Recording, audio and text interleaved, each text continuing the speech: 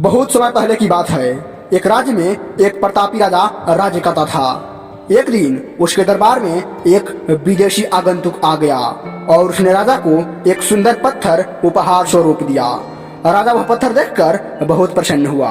उसने उस पत्थर से भगवान विष्णु की प्रतिमा का निर्माण कर उसे राज्य के मंदिर में स्थापित करने का निर्णय लिया और प्रतिमा निर्माण का कार्य राज महामंत्री को सौंप दिया गया।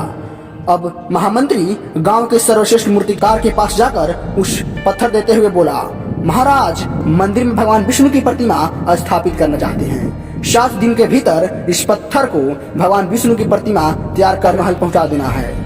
इसके लिए तुम्हें 50 स्वर्ण मुद्राएं दी जाएगी।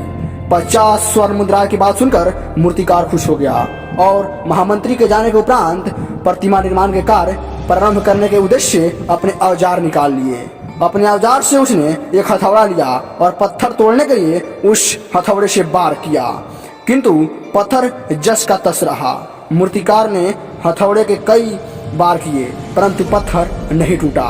50 बार प्रयास करने के उपरांत मूर्तिकार ने अंतिम बार प्रयास करने के उद्देश्य हथौड़ा उठाया, किंतु यह सोचकर हथौड़े पर प्रहार करने के पूर्व ही उसके हाथ खींच लिया कि 50 बार वार करने पर पत्थर नहीं टूटा तो अब क्या टूटेगा। वह पत्थर लेकर वापस महामंत्री के पास गया और यह कहकर वापस कर दी, पत्थर को तोड़ना नामुमकिन है, इसलिए इससे भगवान विष्णु की प्रतिमा नहीं बनाई जा सकती। महामंत्री को राजा का आदेश हर स्थिति में पूर्ण करना था, इसलिए उसने भगवान विष्णु की प्रतिमा निर्मित करने का कार्य गांव के एक साधारण मूर्तिकार को सौंप दिया। पत्थर लेकर मूर्तिकार ने महामंत्री के सामने ही उस पर हथौड़े से प्रहार किया और वह पत्थर एक ही बार में टूट गया। पत्थर टूटने के बाद मूर्तिकार ने प्रतिमा बनाने में जुट गया। इधर महामंत्री सोचने लगा, काश पहले मूर्तिकार ने इस पर अंतिम बार प्रयास किया होता तो सफल हो जाता और एक बार के प्रयास के कारण वह 50 स्वर्ण मुद्राएं का हकदार नहीं बन सका।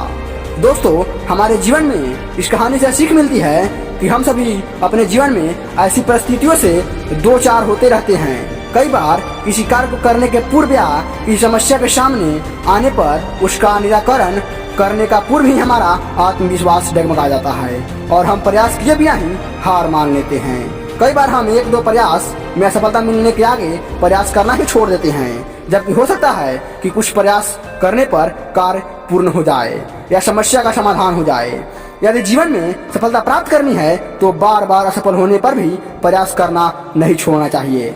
जब तक सफलता नहीं मिल जाती, क्या पता जिस प्रयास को करने के पूर्व हम हाथ खींच ले वही हमारा अंतिम प्रयास हो और उससे ही हमें कामयाबी प्राप्त हो जाए। इसलिए जिंदगी में कभी हार न मानो और हमेशा ऐसे ही मोटिवेशनल स्टोरी और मोटिवेशनल वीडियो देखने के लिए हमारे इस चैनल पर जुड़े रहें और सब्सक्राइब करके बेल आइकन को प्रेस करना ना भूलिएगा।